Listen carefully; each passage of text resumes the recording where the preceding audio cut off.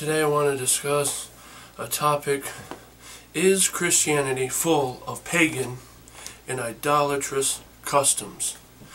We're going to take a look at some holidays and some things that Christians have adopted and kind of Christianized and clustered into this, into the Scripture. So to start off and answer the question, is Christianity full of pagan and idolatrous customs? And the simple answer is, yes it is.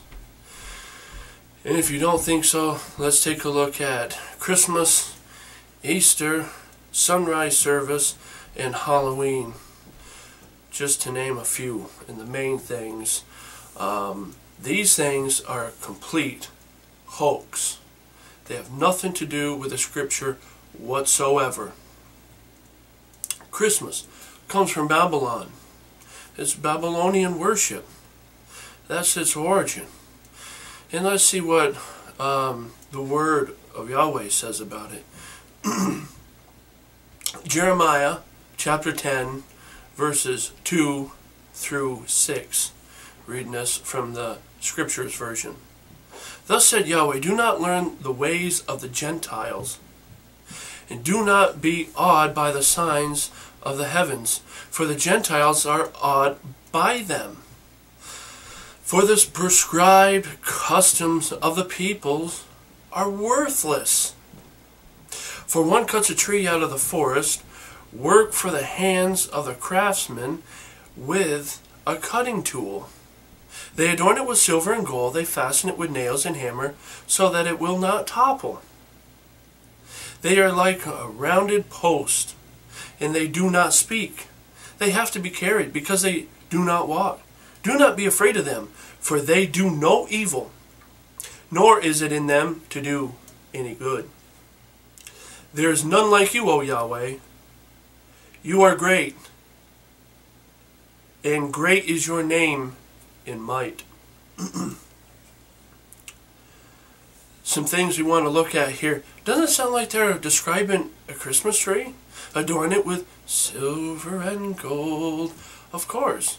A tree so that it will not topple, or it can be translated will not totter. Where it says in verse 2 in Jeremiah chapter 10, it can be translated Gentiles. It can also be translated heathen or nations.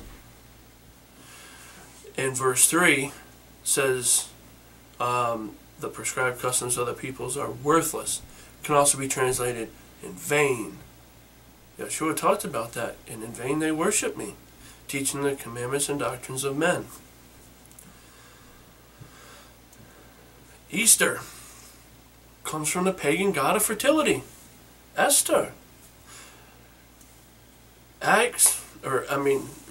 Exodus, the first commandment, chapter 20, verse 3. You are to have no other gods before me, no other mighty ones, no other ones except him. I took that from the Complete Jewish Bible.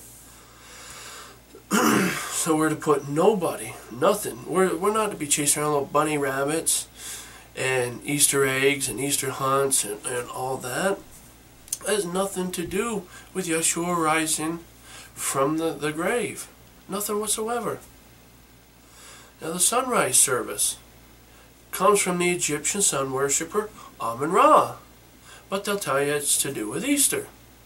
That's not the case. So let's see what the Scripture says. Deuteronomy 4:19. Unless you lift up your eyes to the heavens, and you shall see the sun, the moon, and the stars, and all the hosts of heavens, and you be drawn away into bowing down to them and serving them, which Yahweh your Elohim has allotted to all the peoples under the heavens. So we're not to bow down to them and pray to them. Now praying before them is praying to them. I've had some very interesting discussions with people, pastors, that are certainly all for this. And they believe that the S-U-N rising is the time that Yeshua rise, and we took a look at that in the in a previous video that we had done, the crucifixion timeline. So anyway, moving onward, that has nothing to do with Yeshua rising, because it says that it was one found him, it was already gone, it was late at the end of the Sabbath, the beginning of the first day. We looked at that, sundown to sundown, one day. Halloween is derived from a pagan holiday to worship the dead. Now, are we to be worshiping the dead? Are we to be praying to them? Of course not.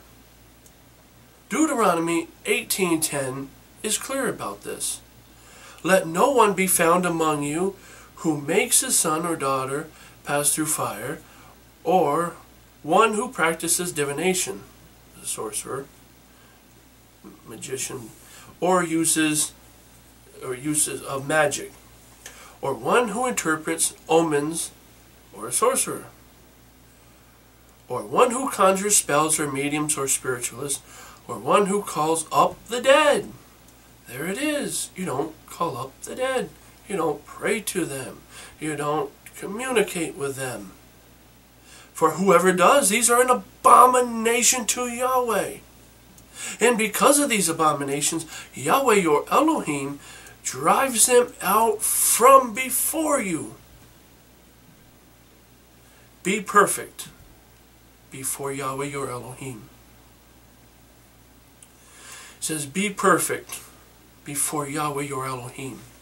How are you going to be perfect when you're clustering all these man-made doctrines and things into the Scripture and trying to justify it? You can't. Ephesians 5:7-12. Therefore do not become partakers with them, for you were once darkness, but now you are light in the Master. For the fruit of the Spirit is in all goodness and righteousness in truth, proving that is well pleasing to the Master, and have no fellowship with fruitless works of darkness, but rather reprove them. For it is a shame to even speak of what is done by them in secret. Now, reprove can also mean expose.